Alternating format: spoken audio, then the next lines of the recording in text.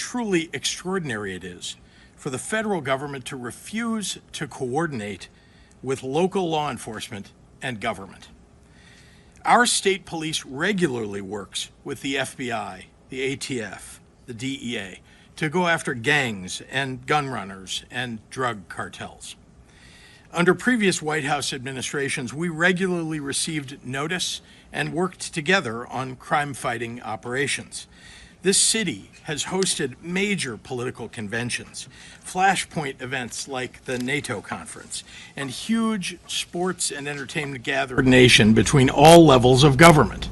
Some, like the Democratic National Convention last year, even required a limited deployment of the Illinois National Guard for broad security purposes, including especially preventing terrorism.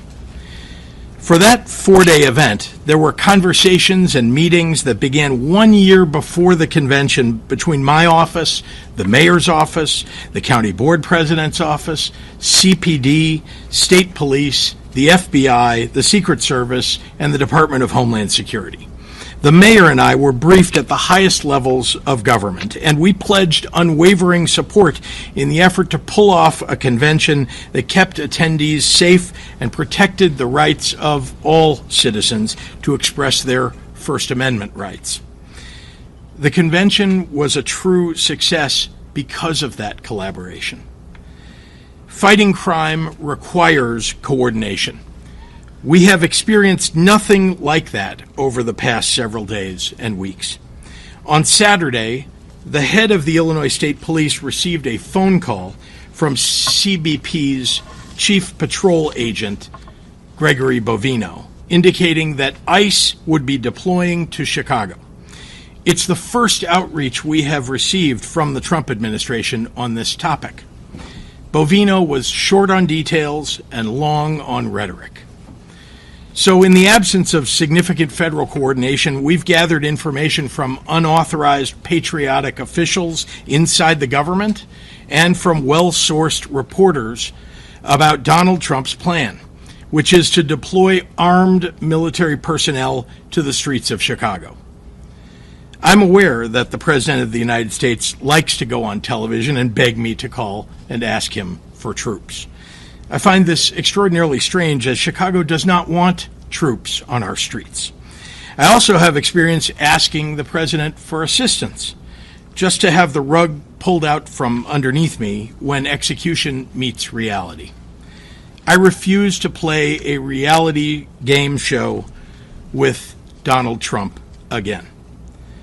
What I want are the federal dollars that have been promised to Illinois and Chicago for violence prevention programs that have proven to work.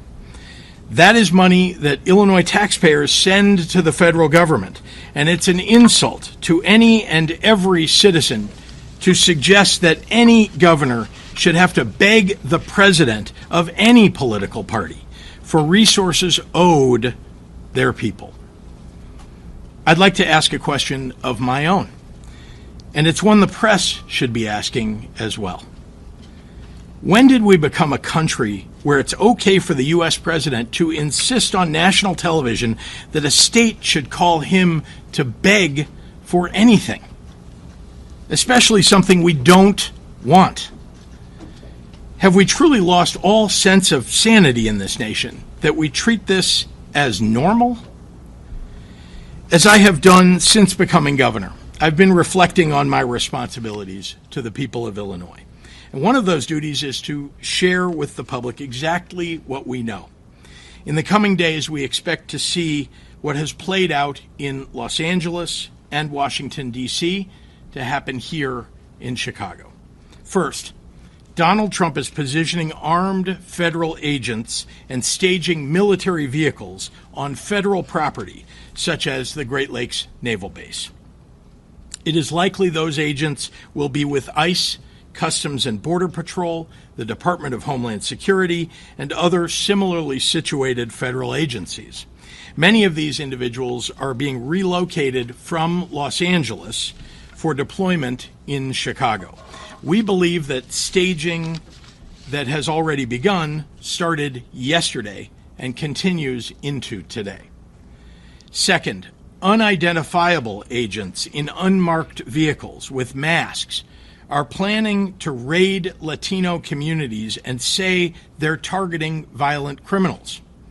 As we saw in Los Angeles, a very, very small percentage of the individuals they will target will be violent criminals. Instead, you're likely to see videos of them hauling away mothers and fathers, traveling to work or picking up their kids from school. Sometimes they will detain, handcuff, and haul away children. They are law-abiding individuals who pay taxes and contribute to the communities who feel safe going to work and attending mandatory immigration check-ins. In other words, they're following the law. We have reason to believe that Stephen Miller chose the month of September to come to Chicago because of celebrations around Mexican Independence Day that happen here every year. It breaks my heart to report that we have been told ICE will try and disrupt community picnics and peaceful parades. Let's be clear, the terror and cruelty is the point, not the safety of anyone living here. Third, as lawful citizens exercise their First Amendment rights, Trump and his team will be looking for any excuse to put active duty military on our streets, supposedly to protect ICE. We have reason to believe that the Trump administration has already begun staging the Texas National Guard for deployment in Illinois. I want to be very clear on this point, and I want to speak directly to the press right now. We know before anything has happened here that the Trump plan is to use any excuse to deploy armed military personnel to Chicago. If someone flings a sandwich at an ICE agent, Trump will try and go on TV and declare an emergency in Chicago. I'm imploring everyone, if and when that happens, do not take the bait. Lastly, after about 30 days or so, we believe that they will pick up all of those resources that they send here to Chicago and send them to the next city in a blue state, ignoring cities in red states with higher violent crime rates than we have. None of this is about fighting crime or making Chicago safer. None of it. For Trump, it's about testing his power and producing a political drama to cover up for his corruption. If you need any proof of this, that it's all a big show, well, look at who they're putting in charge. Gregory Bovino, a guy who desperately wants to be a reality TV star. He led the cruel adventures of ICE in Los Angeles, and he's been sent here to do the very same thing. Go look at his social media. He terrorizes innocent people and then posts on TikTok edits of himself. Apparently, this is a Trump administration norm, because the last time we saw staged major ICE raids in Chicago, they sent Dr. Phil here to embed with the agents so he could get views and likes for his social media. When Bovino pulled these stunts in LA, people got hurt. 2 innocent people died trying to flee his masked agents. ICE opened fire on a vehicle without dangerous provocation. They detained a disabled 15-year-old, drew their guns on him. They have ripped mothers away from their babies and handcuffed 10-year-olds. In Washington, they pulled over firefighters headed to fight an actual wildfire and detained 2 of the firefighters on duty in that effort. And they want to bring all of that to Chicago. During one of Bovino's raids, U.S. Customs and Border Patrol's own data indicated that their officers had no prior knowledge of criminal or immigration history for 77 of the 78 people arrested. Again, this is not about crime. More and more reports around these raids include people who were stopped or detained because of how they look, and not because of any threat to the public. If any of this was about dealing with the complexities of a broken immigration system, then Trump would have had the Congress Trump Republicans control write and pass a comprehensive immigration bill. Not only has that not happened, there is no talk of any such effort on the horizon. I know how Donald Trump thinks because I've been governor during both of his terms. He has surrounded himself with groveling yes men who are too weak to restrain his most violent and unhinged impulses, or who share those impulses. As a governor who cares about the well-being of my people, I can't live in a fantasy land where I pretend Trump is not tearing this country apart for personal greed and power. I have to deal in facts, and here they are.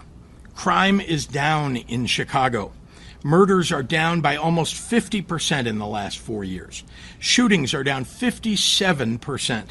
Robberies down 34%. Burglaries down 21%. Motor vehicle thefts down 26%. One violent crime is too many, and we have more work to do. But we have made important progress on safety that Trump is now jeopardizing. Just during the last week, I've been in neighborhoods across Chicago, from Bronzeville to South Shore to Chatham to Little Village. The president's absurd characterizations do not match what is happening on the ground here. He has no idea what he's talking about. There is no emergency that warrants deployment of troops. He is insulting the people of Chicago by calling our home a hellhole. And anyone who takes his word at face value is insulting Chicagoans too. Crime is a reality that we all take seriously, me especially.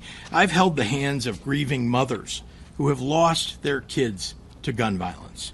I've been in consistent contact with law enforcement and managed our state through some of its toughest moments. That has informed our comprehensive, evidence-based approach to crime, hiring more police officers and giving them more funding, gun and drug and gang interdiction, investing in community violence intervention, mental health supports, more substance use treatment. Those programs have shown real progress. Then you know what happened? Donald Trump and his Republican allies in Congress cut those programs because they are unserious people who seem to know nothing about fighting crime. We are ready to fight troop deployments in court, and we will do everything possible to ensure that agents operating inside the confines of this state do so in a legal and ethical manner. To Chicagoans, what you can do is look out for your communities and your neighbors. Know your rights. Film things that you see happening in your neighborhoods and your streets and share them with the news media. Authoritarians thrive on your silence. Be loud for America. To everyone listening, but most especially to the press, I refuse to pretend that any of this is normal. I refuse to concede that the abject cruelty that we're seeing play out with the execution of Trump and Stephen Miller's policies are okay or justified. I refuse to fall into the pundit trap that demands we sacrifice vital constitutional rights if it's being done in the fake guise of fighting crime. Because, as I said 6 months ago in my State of the State address, any rational person who has spent even the most minimal amount of time studying human history has to ask themselves on one important question.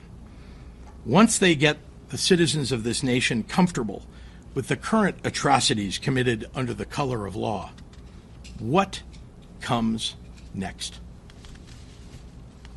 Now I'd like to turn the podium over to the mayor of the city of Chicago, Brandon Johnson. Thank you, Governor.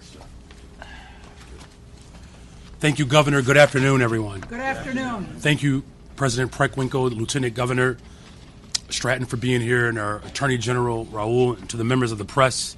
Today we stand here united as the state of Illinois, Cook County, and the city of Chicago to send a very clear message. We do not want or need military occupation in our city. We do not want or need militarized immigration enforcement in our city. We have been clear on that, and we will continue to take every single measure that we can to protect our people from these threats. However, I also want to be clear about this. There are measures that the federal government can take right now to help continue to drive down violence and crime in our city. We need the federal government to stop the endless flow of guns into our state and into our city. Chicago police officers have taken more than 24,000 guns, illegal guns, off the streets of Chicago since I've taken office. Over 24,000 illegal guns taken off the streets of Chicago since I've been in office. They have worked hard every single day to make our city safer, and they've made historic progress. However, we will never be able to end gun violence in Chicago as long as the president continues to allow tens of thousands of guns to be trafficked into our state and our city. The vast majority of guns do not come from Chicago. They are not made in Cook County. They are not bought in the state of Illinois. These guns come from red states. They are coming from Indiana. They are coming from Mississippi. They are coming from Louisiana. And that is the harsh reality, whether Republicans like it or not. Occupying our city will do nothing to solve this problem. No matter how much work we do or how hard we work, whether it's expanding our Detectives Bureau, investing in community violence intervention, and addressing the root causes of crime, none of it will ever be enough until the president decides to end the mass trafficking of guns in our city. For every gun that the Chicago Police Department fights to get off the streets, 2 or 3 more new guns come into our city. Chicago will continue to have a violence problem as long as red states continue to have a gun problem. Shootings will continue as long as this presidential administration continues to put politics over people. We have sued Glock over their semi-automatic guns that are easily converted into automatic weapons with switches. We have taken down gun stores in Indiana that illegally sell thousands of guns to traffickers who move them into Chicago. But whatever we shut down, and whenever we do this, another one pops up. The governor has worked extremely hard to strengthen our gun control laws across our state. And as much as we would like to, we cannot send officers across state lines to stop this problem at the source. We only have jurisdiction over our own city. The governor only has jurisdiction over our state lines. It is the role, and more importantly, the responsibility of the federal government and the president to stop the trafficking of weapons across state lines. For every shooting in Chicago, there is a gun trafficker in Mississippi making money. There is a gun trafficker in Louisiana profiting off of our pain. And this is a serious problem that has gone on for far too long, and it requires serious solutions. We wrote a letter to President Biden after a mass shooting in Chicago 2 years ago, asking for more resources to stop gun violence in our city by deploying federal agents to hold these gun traffickers accountable. President Biden responded with more resources and stronger enforcement, and that alone had a significant impact on gun violence in our city. We need President Trump to do the same. Instead of using militarized ICE agents to terrify our communities here in Chicago, instead of sending in Border Patrol to our city to detain mothers and fathers who have called Chicago their home for decades, working class people who pay their taxes and make our communities stronger, they should direct those resources to taking down gun traffickers so that we can finally put a stop to the violence. If the Chicago Police Department had a fighting chance, we could end gun violence in Chicago. But as long as this president allows hundreds of thousands of guns to come into our city, we will always be fighting an uphill battle. And so our call to the president and to his fellow Republicans who want to weaponize the tragedy of gun violence, the Republicans who want to use the pain of families who have lost loved ones to shootings, and who want to use our city as a punching bag.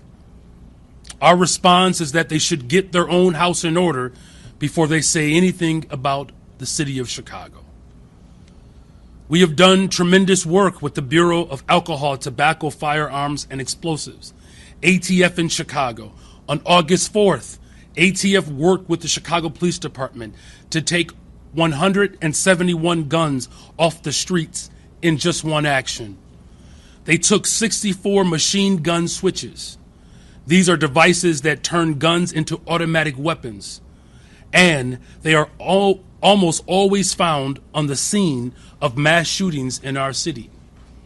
These guns are linked to shootings and homicides in Chicago going all the way back to 2017, including the killing of a 14-year-old boy. So my question is, why did Trump cut $468 million from ATF's budget in his nasty signature bill?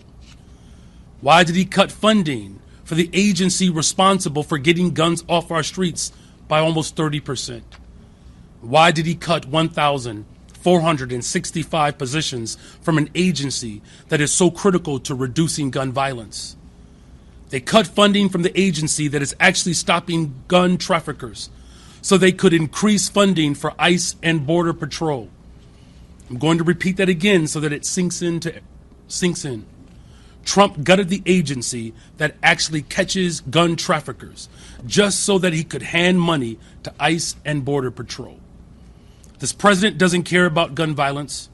He just wants his own secret police force that will do publicity stunts whenever his poll numbers are sinking, whenever his jobs report shows a stagnating economy, whenever he needs another distraction from his failures. That's what this is about. The Trump administration continues to try to use the real pain and loss of gun violence victims as a pretext for expanding his own power. Unfortunately, even some elected officials in our city and state have parroted these lies. But here's the truth. Donald Trump is the last person in America who cares about families on the south and west side of Chicago, those who are dealing with violence on a regular basis. He's the last person. The thought doesn't even cross his mind. If he did, he wouldn't have cut $800 million from violence prevention organizations. These are funds that would have gone towards organizations on the south and west side who are on the front lines driving down gun violence. He wouldn't have cut $468 million from ATF. He wouldn't be sending ICE and Border Patrols to Chicago. He would be sending ATF agents to Mississippi. He would be sending these agents to Indiana. He's worried about the wrong border. We don't have an immigration crisis in Chicago. We have a gun crisis, and the president could care less about the real solutions. In closing, violence in Chicago is not because we have too many immigrants. It's because we have too many guns. So our message to Trump continues to be the same. Stop posting truth socials. Stop making statements. Stop threatening to send troops or ICE. Stop defunding our communities. Just do your job and end the trafficking of guns into our city. And thank you. With that, we'll turn the podium over to the Cook County Board President, Tony Preckwinkle.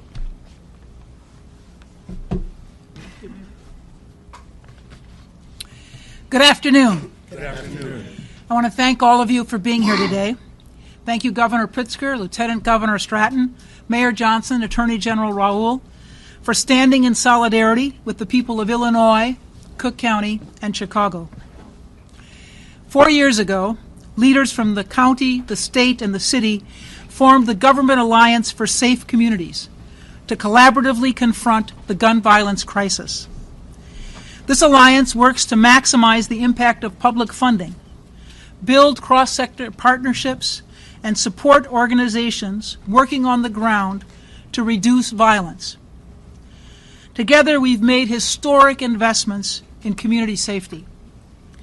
Over the last 3 years, Cook County alone has invested over $100 million in community violence intervention and other evidence-backed violence prevention strategies. We will soon launch a new capacity-building network to provide training and technical assistance to strengthen organizations and maximize their impact in communities. Our government partners at the state and city level have also invested at unprecedented levels. Why do I bring this up? Because it's working. In Cook County, we've seen a 35% drop in gun homicides from this time last year and a 45% drop in gun homicides from 2021. I'm going to say that again. In Cook County, we've seen a 35% drop in gun homicides from this time last year and a 45% drop in gun homicides from 2021. Our investments are working. Meanwhile, President Trump is freezing $158 million in funding for violence prevention programs in cities like Chicago. He's dismantling the Office of Gun Violence Prevention and terminating more than $800 million in anti-violence grants nationwide. Needless to say, crime prevention is not his true agenda. The President is reducing resources that are working while undercutting local efforts. He is deploying active-duty military personnel within our own borders. This is our America today. I say all this as we gather at a critical moment in our nation's history. For generations, our parents and grandparents believed that democracy was not simply an idea. It was a promise that people, not soldiers, should decide the future of our communities. That promise is now being tested. Threats from the federal administration to send ground troops to Chicago will test us. Let me be clear. There is no emergency in Chicago that warrants federalizing the National Guard, deploying the National Guard from other states, or sending active-duty military personnel within our own borders. Their presence has not been requested by local leaders. The streets of Chicago belong to the residents of Chicago. They do not belong to federal troops. They do not belong to those who would use intimidation and violence as tools of political oppression. As the president of Cook County Board, I've spent my career working to make our institutions more fair, just, and accountable. Democracy is strongest when our people feel empowered, not threatened. If our residents see soldiers in combat gear patrolling their neighborhoods, they won't feel safer, they'll feel intimidated. Rather than troops, here's what's needed. We need the Trump administration to pass bipartisan, comprehensive immigration reform. Restore community violence intervention grants. Lower the costs of goods impacted by tariffs. And restore cuts to Medicaid and SNAP that take away health care coverage and food from the table. History teaches us that democracy is not self-sustaining. It requires constant vigilance. It requires courage. And most importantly, it requires people willing to stand up and say, no, you will not trample our rights. To the people of Cook County, I say this: do not be intimidated. Do not be silenced. Democracy depends on your voice, your courage, and your peaceful, I'll say that again, peaceful participation.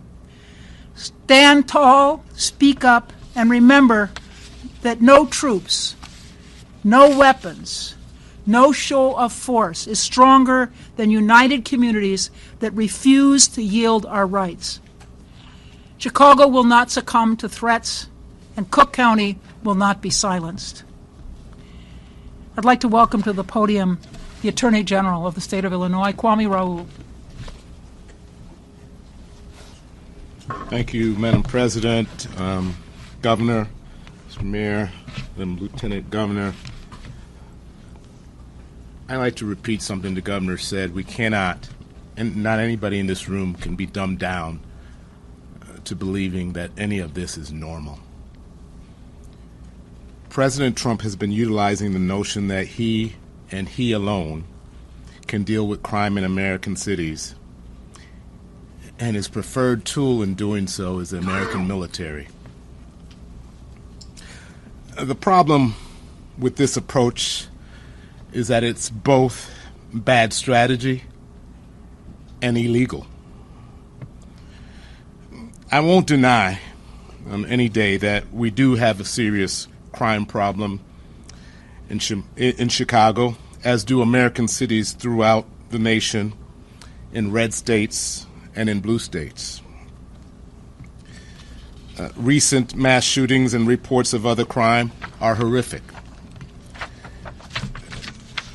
While Chicago's crime problem is serious, it is far from the worst in the country. President Trump's approach of using the military is bad strategy because the National Guard is not trained to do local crime fighting. Furthermore, the use of the National Guard as a crime-fighting force is simply not sustainable. It is further bad strategy because there has been no effort by the president to collaborate with local leaders or local law enforcement. Collaboration and a comprehensive approach is critical to successful crime fighting.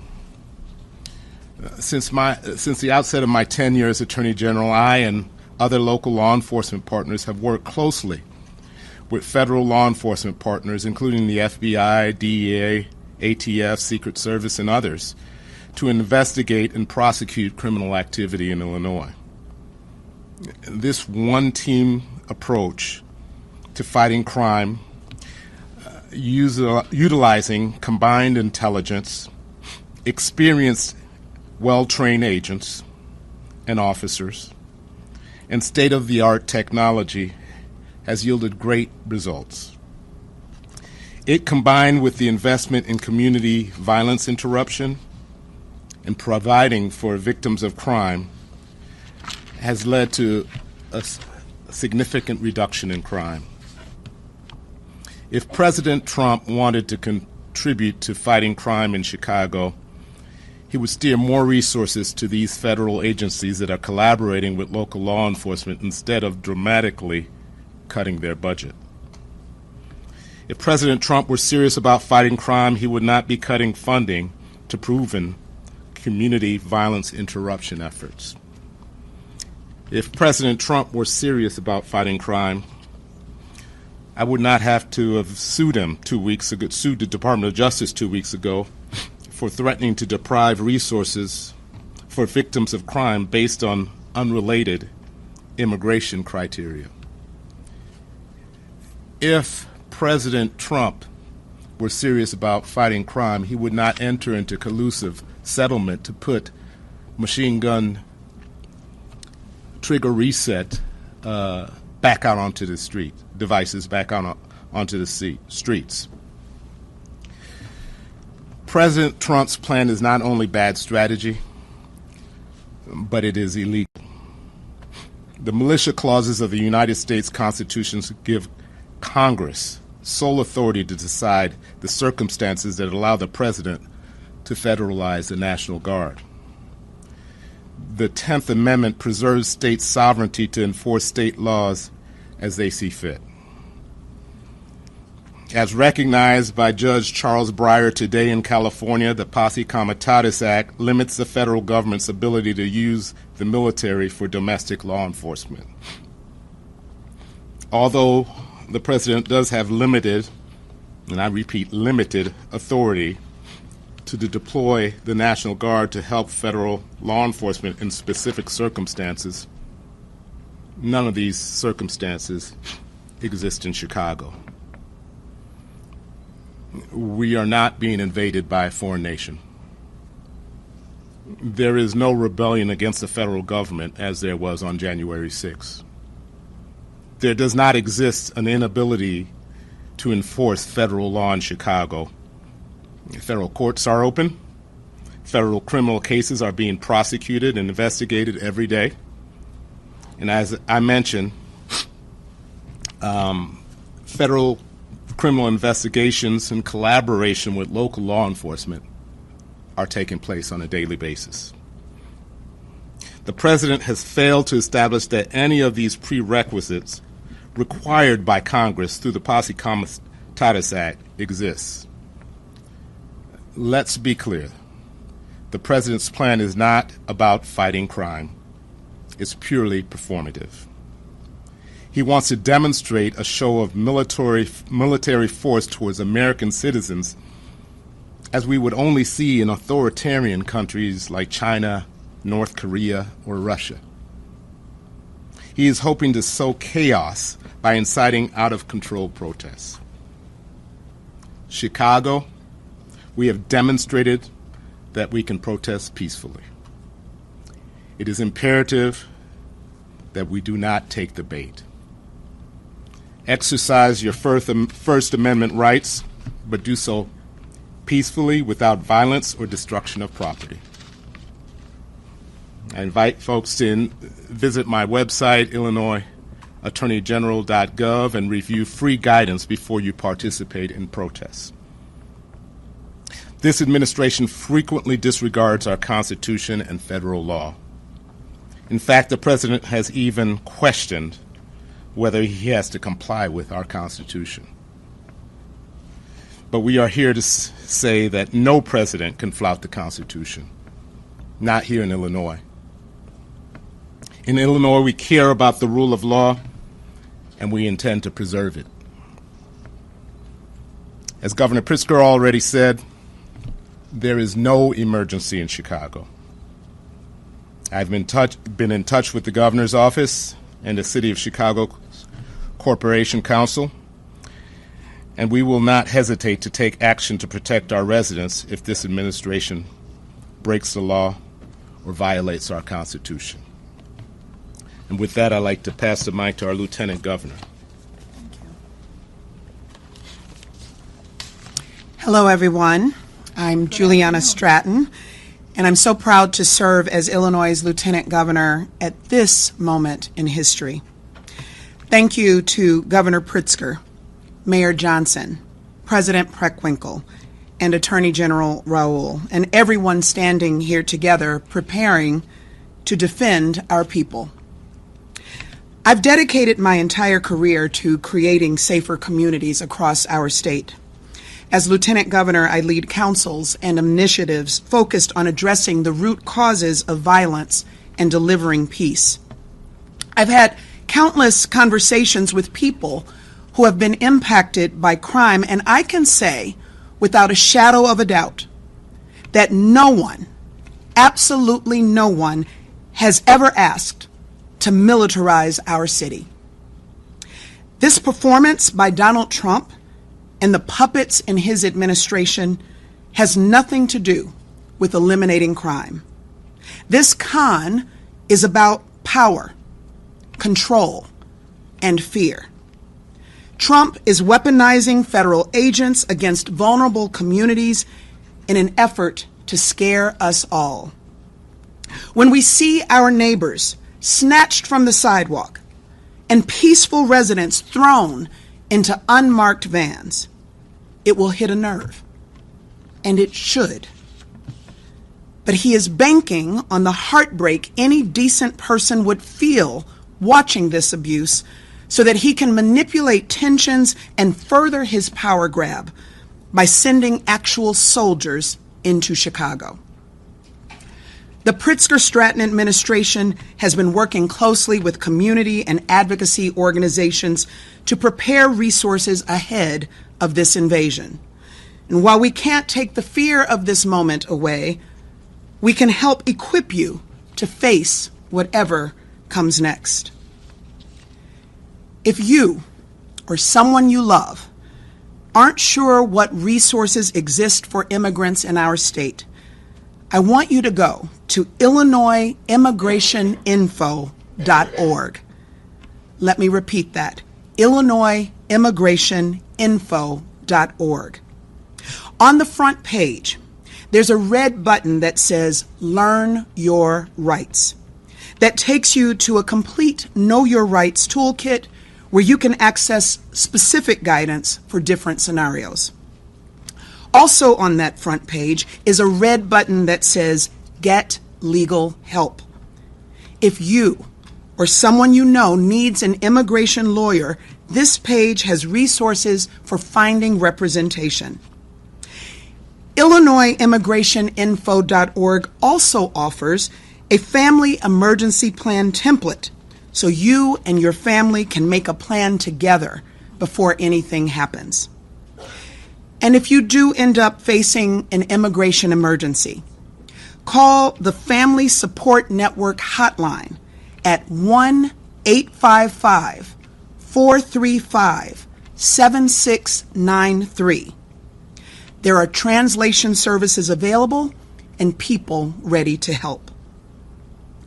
Our goal is not to scare anyone, but to prepare everyone to face some ugly realities in the coming days. Many Illinoisans who look a certain way are going to spend this time living in deep fear. That will mean skipping celebrations, avoiding certain places, and keeping in constant contact with your loved ones. The best thing that those at risk can do in this moment is to prioritize your health, mental wellness, and safety above all else. To those who have the privilege of never knowing what it feels like to question your safety because of how you look, this is your moment to step up and step in. Raise your voices on behalf of those who cannot. Chicago has a long history of peaceful protest. We're no strangers to calling out corruption and speaking up when our rights are on the line. We've shown that peace begets progress, and it's time to do it again. This version of America is not safe for anyone's American dream, but it can be if we take each other's hands and push back against this hate with every fiber of our being. Despite the gaping lack of humanity in Trump's soul, we know who America really is. A place where our ancestors triumphed over evils even greater than those we face today. A place where goodness exists alongside complexity. A place where goodness is real and powerful and worth fighting for. We are with you, Chicago and Illinois. Our only way forward is together. And so, together, we will march.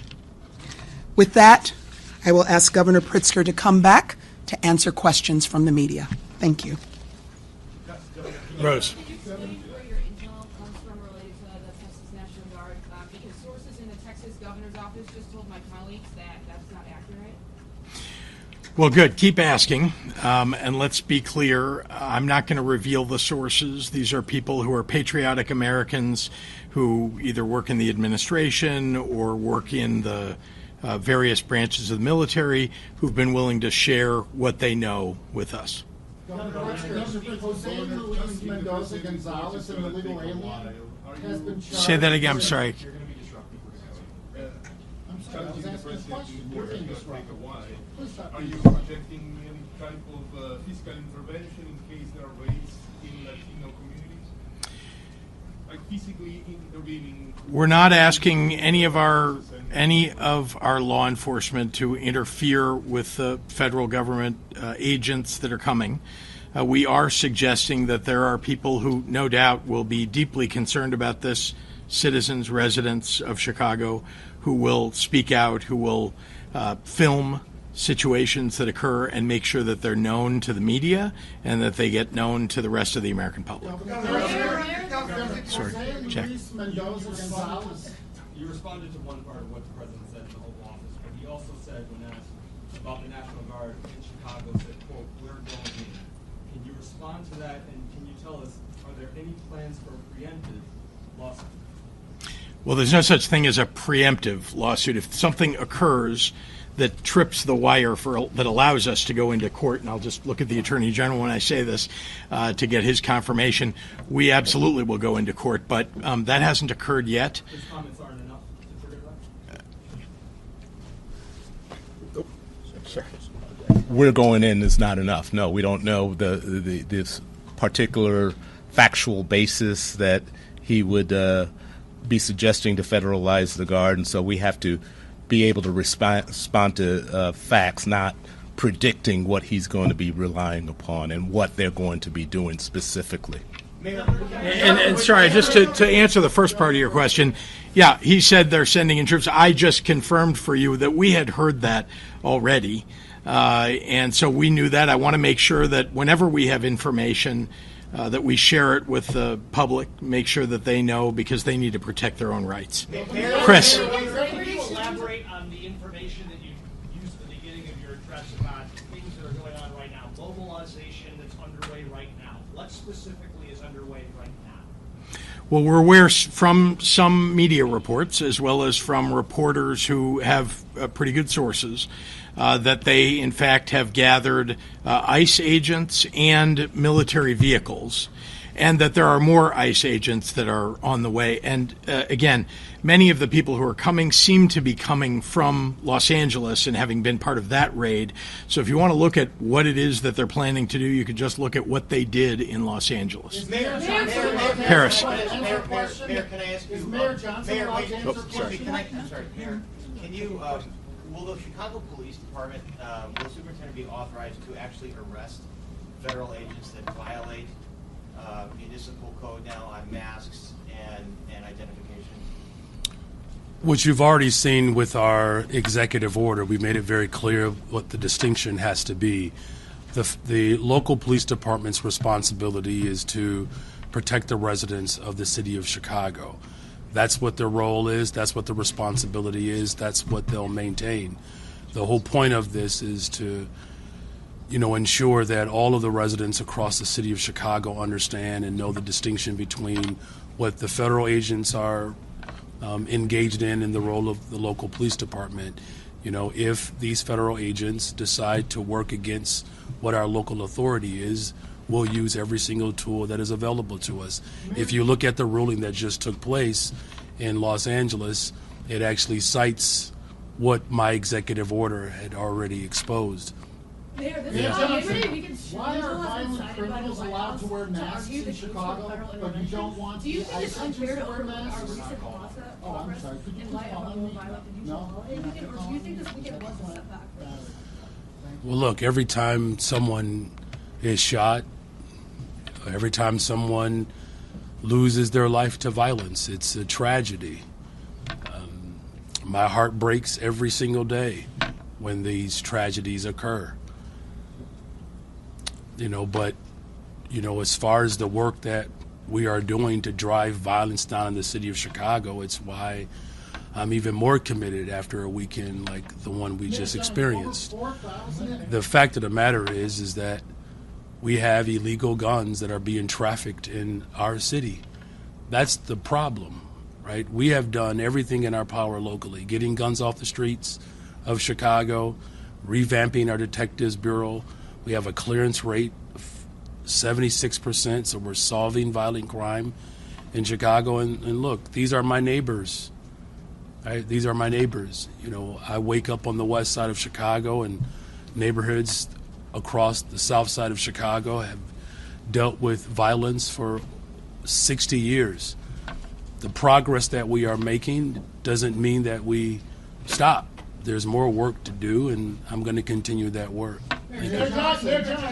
What do you say to people who might look at how D.C. has seen a reduction in violence?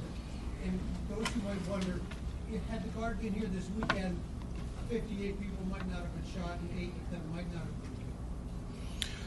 Well, if you look at what's happening in D.C., I believe the vast majority of the interactions were for traffic stops and misdemeanors. No one is asking for that in Chicago. In fact, the amount of money that is being spent by the federal government, if we were to have those resources in Chicago right now, I could reopen every single mental health clinic that was closed. I can hire every single young person that was looking for a job. We could double the amount of individuals who are serving as CVI workers. Here's the harsh reality. What the president is proposing does not set us up for long-term sustainability. He's not serious. Because here's another question I would ask. If he was serious, why would he cut 30% from the ATF budget that we have been working with over the course of my administration to get illegal guns off the streets? Yeah. Mayor Johnson, over 4,000 people have been shot. Yes, yes, ma'am. Yeah, hi. So. Is this for the governor? Yes. Okay. All right.